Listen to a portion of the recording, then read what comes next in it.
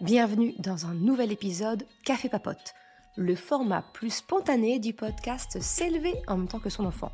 Moi, c'est Maude, coach spécialisée en parentalité bienveillante, mais surtout maman de 3 enfants. J'aide les parents à retrouver confiance en eux, à poser un cadre clair sans avoir besoin de crier et à retrouver une véritable harmonie en famille. Ensemble, on grandit avec nos enfants parce qu'on apprend autant qu'eux à leur côté. Dans les épisodes Café Papote, pas de script, juste mes réflexions, mon micro et toi. On parle parentalité, émotions, ratés du quotidien, prise de conscience et petites victoires, comme une discussion entre amis autour d'une bonne boisson chaude. Tu te sers une tasse ? C'est parti pour l'épisode du jour. Hey, salut! Je suis contente de te retrouver aujourd'hui pour un nouvel épisode. Un épisode qui est dans la série des épisodes de podcast Le piège des mots. Parce que je suis de celles qui pensent que les mots ont un pouvoir. Les mots ont un poids, en fait. Ils veulent dire des choses et quelquefois, ils peuvent apporter un sens qu'on n'a pas spécialement envie ou qui vient contredire le fond de notre pensée. Donc, tu retrouveras, je te mettrai en description, j'ai déjà plusieurs épisodes qui parlent justement du piège des mots, comme le piège des mots « je suis fière de toi »,« tu vas me manquer », ce genre de choses.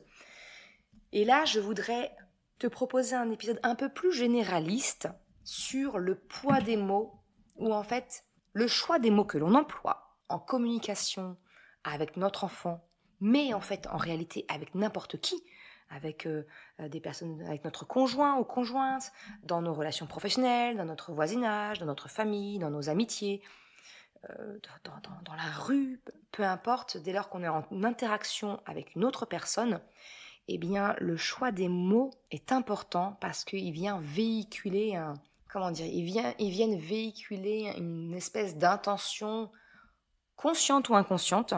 Et moi, au contraire, j'aimerais bien que tu aies conscience du poids des mots pour que tu les choisisses en toute conscience et pas qu'il y ait de quiproquo derrière. Je pense qu'il y a des mots qui peuvent construire des murs et à contrario, il y a des mots qui vont construire des ponts.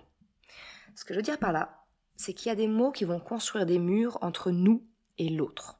Je vais focaliser l'épisode de podcast sur le sujet principal, la relation du parent et de l'enfant. Donc, je vais te parler dans cet épisode de tous ces mots qui viennent construire un mur entre toi et ton enfant. Mais bien évidemment, tout ce que je te partage dans l'épisode d'aujourd'hui, et puis d'une manière générale dans tous les épisodes, mais je le glisse quand même ici, c'est vraiment, ça sera vrai dans n'importe quelle relation que tu peux avoir. Encore une fois, amoureuse, amicale, familiale, peu importe, d'accord ? Ok, maintenant je ferme cette parenthèse. Donc comme je te le disais, pour moi il y a 2 catégories de mots. Il va y avoir les mots qui vont construire des murs entre toi et ton enfant. Donc ça veut dire que justement ils vont avoir un effet néfaste pour votre lien. Et puis il va y avoir des mots qui vont construire des ponts entre toi et ton enfant, qui vont venir renforcer le lien, qui vont venir construire le lien pour qu'il y ait une relation saine et solide surtout, tu vois. Donc les mots qui construisent des murs sont donc des mots qui sont plutôt, tu l'auras compris, à éviter. Ça va être par exemple tous les mots accusateurs, du type « c'est toi qui as fait ça !» Il n'y a rien de pire, je t'en ai parlé dans l'épisode de podcast sur la fratrie, il n'y a rien de pire dans une fratrie ou dans un groupe d'enfants de demander « qui a fait ça ?» Alors ça, c'est de la délation. C'est le meilleur moyen pour désolidariser un groupe, d'accord ? Donc tous ces mots accusateurs, on vient les oublier parce qu'ils construisent un mur entre l'enfant et nous. Donc voilà, tout ce qui est « c'est toi qui as fait ça », on oublie. Toutes les questions qui peuvent être culpabilisantes parce qu'ils vont mettre l'enfant en position défensive. Ça va être des questions du type mais pourquoi t'as fait ça ? C'est complètement bête. Hein. » Voilà. Dès lors que ce sont des questions au format rhétorique qui viennent sous-entendre un manque de jugeote, un manque qui vont susciter de la honte ou de la culpabilité chez l'enfant, on rompt le lien. Parce qu'on fait sentir une émotion négative à l'enfant alors négative, je ne suis pas pour la catégorisation positive et négative, mais je veux dire un sentiment désagréable, d'accord ? Bien entendu, la honte et la culpabilité sont nécessaires et on va venir les utiliser chez l'enfant pour leur faire comprendre par eux-mêmes que le comportement qu'ils ont eu, ils ne sont pas alignés avec parce qu'ils ne se sentent pas fiers de ça. D'accord ? Mais on ne vient pas appuyer inutilement dessus. On ne va pas, vulgairement parlant, leur mettre la tête dans leur caca en disant « Ah, tu vois, c'est toi qui as fait ça. Ah, bah c'est nul. Ah, c'est pas bien. Ah. » Ça n'a rien d'éducatif. D'accord ? Vraiment rien. Donc, toutes ces fausses questions de rhétorique un peu humiliantes, culpabilisantes, on oublie. Au placard, ça vient détruire la confiance, l'estime, le respect qu'il y a entre nous et notre enfant. Donc c'est vraiment le genre de phrase qu'on doit déconstruire, nous, en tant qu'adultes. C'est des choses réflexes. Hein. Moi, la première, je peux avoir encore ce réflexe-là. Et quand ça m'échappe... Ah non, excuse-moi. Non, là, c'est humiliant ce que je t'ai dit. Je m'excuse. Vraiment. Alors des fois, on a un petit nom de code comme ça entre nous. On rembobine. On rembobine entre nous, ça veut dire on efface ce que je viens de dire. Je ne le pensais pas, je m'excuse. On annule. D'accord ? Et je demande si mon enfant accepte que je rembobine. C'est jamais, celui qui demande de rembobiner ne l'impose jamais à celui qui a été blessé. Jamais. D'accord ? Il doit demander le consentement, dire on est OK pour effacer l'ardoise ? Oui. Et puis la petite règle que j'ai ajoutée, c'est en gros, il y a un rembobinage par jour. Hein, on va pas en faire 12. D'accord ? On fait attention à ce qu'on dit quand même. Parce que sinon, c'est la porte ouverte, c'est trop facile de dire « Ah, pardon, je rembobine », puis je le dis quand même. Non. Non. Donc, on responsabilise, tu vois. Je te glisse ça en plus, c'est cadeau dans l'épisode. C'était pas prévu. Mais voilà, un petit peu ce que je pouvais te dire. D'autres mots qui sont des murs entre notre enfant et nous, ce sont tous les mots blessants. Les « j'en peux plus de toi, c'est pas possible, tu me saoules, tu me fatigues, t'es insupportable ». Alors attention, ne crois pas que je ne dis pas ça à mes enfants. Parce que moi aussi, des fois, leur comportement me saoule, leur comportement me fatigue, j'en peux plus de leur comportement. Mais est-ce que tu vois la différence dans ce que je viens de dire ? Est-ce que tu l'as entendu ? La différence entre « j'en peux plus de toi » et « j'en peux plus de ton comportement ». Je distingue l'identité du comportement qui me pose problème. Ce n'est pas la même chose. Ce n'est pas mon enfant qui m'exaspère. C'est son comportement. Donc, ce que je condamne, c'est le comportement. C'est pas mon enfant. Là encore, je t'en ai parlé dans un épisode, justement, le piège des mots. Le piège de je suis, je crois. Et si je me trompe, c'est pas grave. Je te mettrai le bon en description de l'épisode. Je commence à fatiguer, mais c'est pas grave. Voilà, tu connais les coulisses, je te fais découvrir les coulisses du podcast. J'en enregistre plusieurs à la fois pour gagner un petit peu en productivité. Et il y a un moment donné, le cerveau, il s'embrouille, il sait plus trop où il en est, et on est exactement à ce moment-là, toi et moi, au moment où j'enregistre. Mais voilà, tu vois ce que je veux dire un peu, entre le j'en peux plus, tu me saoules, tu me fatigues, t'es insupportable, c'est du tu. C'est toi. C'est qui tu es qui m'est insupportable. C'est qui tu es qui me fatigue. C'est qui tu es qui me saoule. Tu te rends compte de l'attaque personnelle que ça devient ? Punaise, ça fait mal. Moi, je te propose le petit changement de vocabulaire. Alors oui, c'est plus long. Plutôt que dire tu, je parle de ton comportement. Ah oui, effectivement, il y a 3 syllabes dans ton comportement. Non, il y en a 4. Mal joué, mal compté. Versus un tu simple et direct. Mais je pense que l'estime de notre enfant, la relation avec notre enfant, vaut la peine qu'on ajoute quelques syllabes à notre formule pour faire passer un message réel sans pour autant détruire la relation avec notre enfant ou en tout cas la saboter, tu vois. Donc, les mots blessants, on les oublie. On va plutôt cibler le comportement qui nous pose problème. Oui, ton comportement me fatigue là. Clairement, je suis fatiguée par ton comportement. Oui, ça c'est d'accord. Par contre, tu es fatigant, tu me fatigues. Non, ça, ce sont des mots blessants. Parce que voilà, ça vient impacter l'estime de soi de notre enfant et c'est pas ce qu'on veut. Hein, c'est pas ce qu'on veut. Ensuite, dans les mots qui construisent des murs entre toi et ton enfant, il y a tous les mots isolants. J'ai pas d'autres termes qui m'est venu à l'esprit plus sympa. En tout cas, au moment où j'enregistre, ça va être les éloigne-toi. J'en peux plus de toi. file dans ta chambre, je veux plus te voir. Alors là, c'est je te rejette. T'as peut-être déjà entendu parler des 5 blessures de Lise Bourbeau. La blessure du rejet. Bonjour. Comment accélérer la blessure du rejet chez ton enfant? Mode d'emploi en une leçon, tu lui dis tous ces mots-là. Voilà. Alors, je suis pas en train de te dire que la parenté bienveillante, si tu l'appliques de A à Z, que tu es parfaite, que tu le seras jamais entre nous, hein, voilà, t'éviteras les blessures à ton enfant. Non, ton enfant aura les 5 blessures de Lise Bourbeau comme toi tu les as, d'accord? Mais autant éviter de les renforcer, hein, j'ai envie de te dire, c'est pas mal, ce serait plutôt bien. Donc voilà, donc tout ce qui est éloigne-toi, j'en peux plus de toi, je veux plus te voir, file dans ta chambre, file, dégage, ou autre mot fleuri, on vient rejeter l'enfant, et ça c'est juste, tu comprends en quoi ça vient construire un mur entre ton enfant et toi. Ça veut pas dire, c'est ce que je t'ai déjà partagé dans d'autres épisodes de podcast, ça veut pas dire que quelquefois on n'a pas besoin de se mettre en retrait, nous, ou de demander à notre enfant de se mettre en retrait, mais c'est pas dans le but de le rejeter, c'est dans le but de protection. Et c'est pas la même chose, ça change tout. Moi, quand je suis pas très en forme, on va dire, et prête à exploser avec mes enfants, ou que je suis déjà en train d'exploser, je dis à mes enfants, je leur dis pas file dans ta chambre, je leur dis s'il te plaît, laisse-moi tranquille, laisse-moi le temps de me calmer, parce que je vais dire des choses qui vont te blesser, j'ai pas envie de te blesser, ou à l'inverse, là je vois que t'es vraiment en colère, et que, par exemple, si c'est moi qui ne peux pas m'éloigner, je demande à mon enfant de s'éloigner, de dire, écoute, je vois que tu es très en colère, mais je refuse, je n'accepte pas, je ne peux pas partir, s'il te plaît, stop. On prend un temps de calme, on prend un temps de repos pour se calmer, parce que sinon je vais exploser. Mais le but, tu vois, ce que je veux dire par là, c'est vraiment de présenter ça à ton enfant, pas comme un rejet, mais comme une forme de protection. Je te protège, et je te demande de me protéger aussi de tes réactions, par un isolement. Voilà, ce que je veux dire, c'est que vraiment, l'isolement n'est pas négatif en soi. Les mots qui isolent sous la forme du rejet, oui. L'isolement sous la forme d'une protection, c'est bien utile quand même. C'est le droit de retrait, quelque part, tu vois, qu'on peut avoir aussi avec la grève. On a le droit aussi à ça, et notre enfant aussi a le droit à ça, au droit de retrait.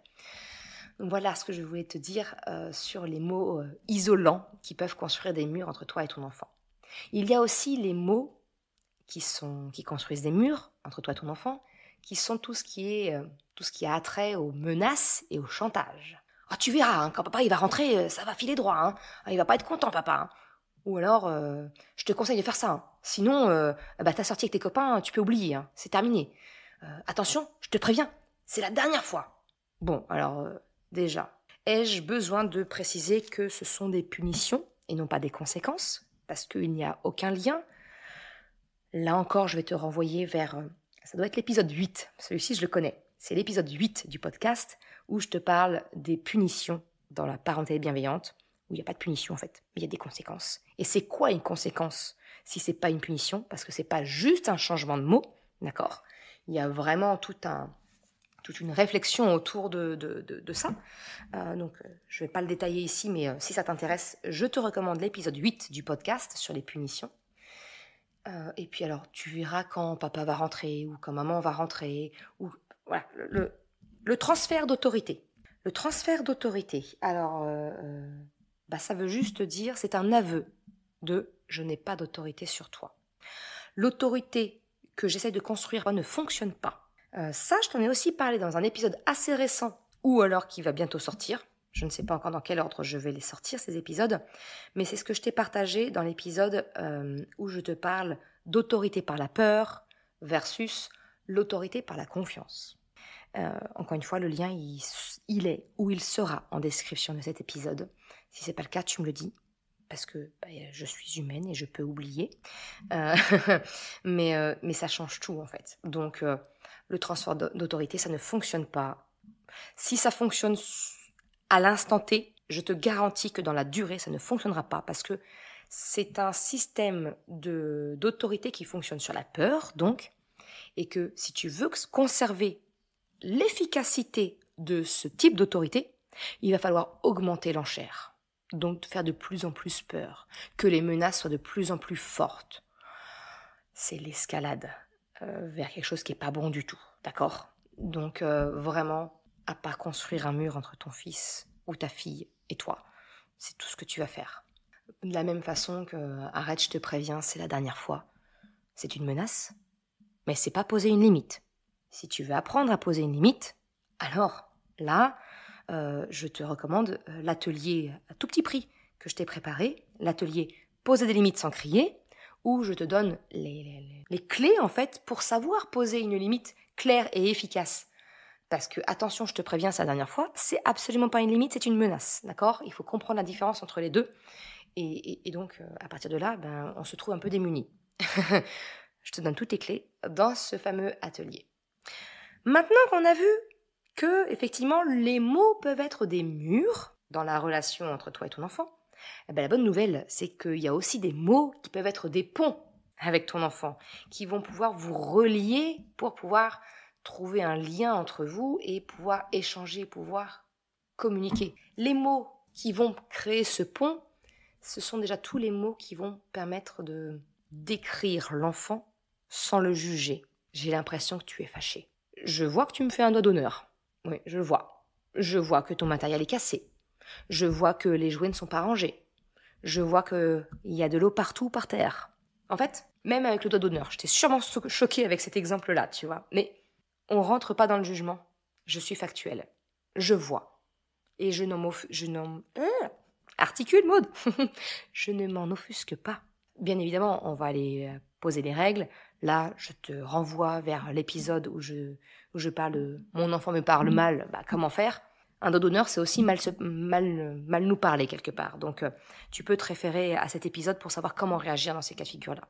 Mais tout ce qui est description factuelle, retiens ça. Tout ce qui est description factuelle, sans jugement, sans intonation d'accusation, ce sont des mots qui viennent créer un pont. Je vois ça. Comment on fait ? Ça ouvre le dialogue, en fait, tu vois, avec ton enfant. Un autre type de mot qui va permettre de créer un pont entre toi et ton enfant, c'est toutes les formes de questions où tu vas chercher à comprendre ton enfant.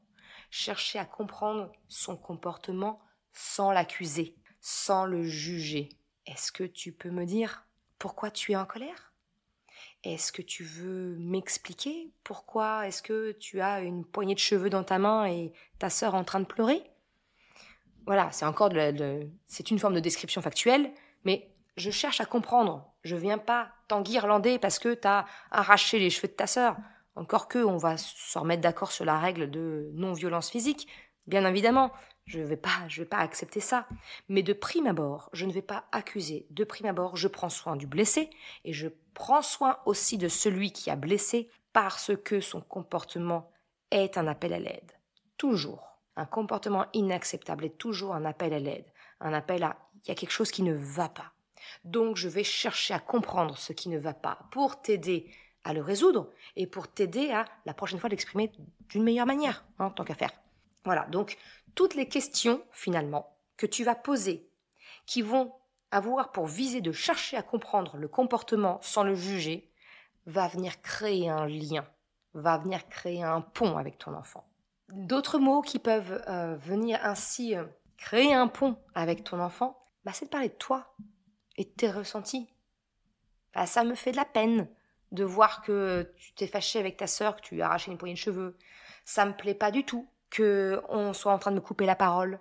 Je n'aime pas du tout me faire taper. Je refuse. Voilà, tous ces mots de ressenti viennent poser une limite. Et donc, du coup, la limite, c'est pas un mur, d'accord ? C'est un seuil. Tu comprends ? C'est pas le mur d'une maison qui est construit entre toi et ton enfant, la limite. C'est le seuil d'entrée de ta maison. Si tu franchis là, t'es chez moi, c'est dans mes règles. Donc là, non en fait. Donc, c'est pas un mur, tu comprends ? C'est un passage. C'est peut-être pas un pont, effectivement, mais c'est un passage autorisé. Et attention, par contre, si tu le passes, ce sont mes règles du jeu à moi voilà, ce sont mes limites. Donc, tu rentres dans ma sphère à moi. Si tu passes cette étape-là, on fonctionne avec mes règles. On fonctionne avec mes limites. Donc voilà, tout ce qui est parler de soi, ça va venir créer du dialogue, créer une compréhension mutuelle des modes de fonctionnement de l'un et de l'autre. Moi, quand je te dis je refuse que tu me tapes, je refuse que tu me parles mal, eh bien mon seuil de ma maison, c'est pour te dire quand tu viens me parler. Oui, tu as le droit de me parler et de me dire ce qui ne va pas. Mais tu me parles avec respect, tu me parles avec gentillesse, de la même façon que j'essaie de le faire. Et si tu estimes que je t'ai mal parlé ou que je t'ai manqué de respect, dis-le moi, j'essaierai de me corriger. Mais là, si tu franchis ce seuil-là, tu me parles avec mes règles à moi, mes limites à moi. Pas de violence, ni verbale, ni physique. Tu vois, c'est au-delà du pont, c'est le seuil. On passe le seuil de la maison. Voilà un petit peu ce que je voulais te parler dans le fameux piège des mots, de l'importance du choix des mots, comment ça peut venir impacter positivement ou négativement la relation avec ton enfant, parce que soit tu vas venir construire un mur, soit tu vas venir construire un pont entre vous deux. Et je pense que si tu écoutes ce podcast, c'est que tu veux créer des ponts avec ton enfant, ou en tout cas des ponts les plus solides possibles. Donc j'espère t'avoir donné quelques pistes au travers de cet épisode de podcast. Je te souhaite une excellente journée, après-midi, soirée, quel que soit le moment où tu as écouté l'épisode. Et je te dis à très bientôt. Ciao! Je te remercie d'avoir écouté cet épisode jusqu'à la fin. Si tu souhaites soutenir le podcast pour m'encourager à continuer à créer des épisodes, eh bien tu peux le faire sur le site mercredi.com/soutien en me faisant un don libre. Une autre façon de m'encourager et qui est vraiment très efficace, eh bien c'est d'en parler tout simplement autour de toi, de partager le podcast, le site, et si le cœur t'en dit, eh bien c'est également de me laisser un commentaire ou une note sur Apple Podcast, Spotify, quelle que soit la plateforme si elle te le permet. Ça m'aide vraiment à faire connaître le podcast, à diffuser ce message qu'une autre façon de la parentalité est possible. Un grand merci à celles et ceux qui prennent le temps de le faire, mais également ceux qui m'envoient des messages privés. Ça me fait toujours très chaud au cœur.